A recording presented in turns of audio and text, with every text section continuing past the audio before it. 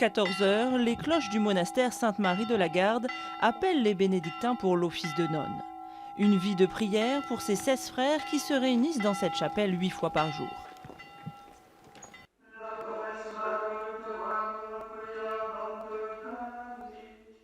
Leur rythme monastique immuable est parfois rompu par le bruit des machines, car le monastère s'est lancé dans une production atypique, des sandales en cuir. Les frères qui se sont installés ici ont essayé de chercher un moyen un travail qui permettrait à la communauté de se développer et de vivre selon ce principe de Saint Benoît, ora et labora, donc la prie et travail. Les frères ont été formés et progressivement on a réussi à développer 3 modèles de sandales.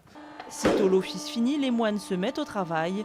Ici, les découpes du cuir sont réalisées à la machine, mais le reste est fait à la main. Un travail artisanal de qualité, c'est aussi la marque de fabrique des frères bénédictins. C'est un cuir de vache, de bovin.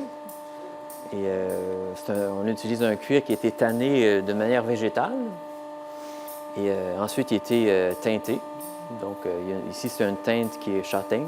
On a des teintes noires, rouges, bleues. Leur modèle phare, baptisé Benoît, du nom du saint patron des bénédictins, ne quitte plus les pieds des frères, été comme hiver. On veut montrer que ce sont quand même des sandales qui tiennent la route, on va dire.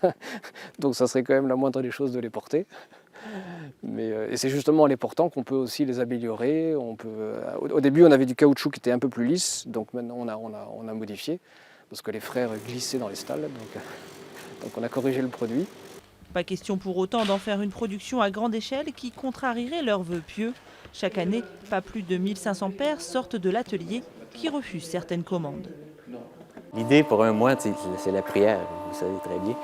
Et le travailler manuellement, travailler le cuir comme ça, mais l'esprit est plus libre, quoi. C'est sûr qu'il y a toujours un combat entre l'activisme et la vie intérieure. C'est le combat de la prière, quoi. De savoir interrompre le travail, quoi. C'est l'obéissance qui demande ça.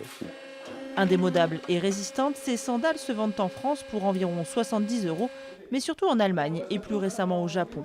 Pour s'adapter à cette nouvelle clientèle inattendue, les frères ont dû créer des modèles plus petits pour les pieds des femmes japonaises.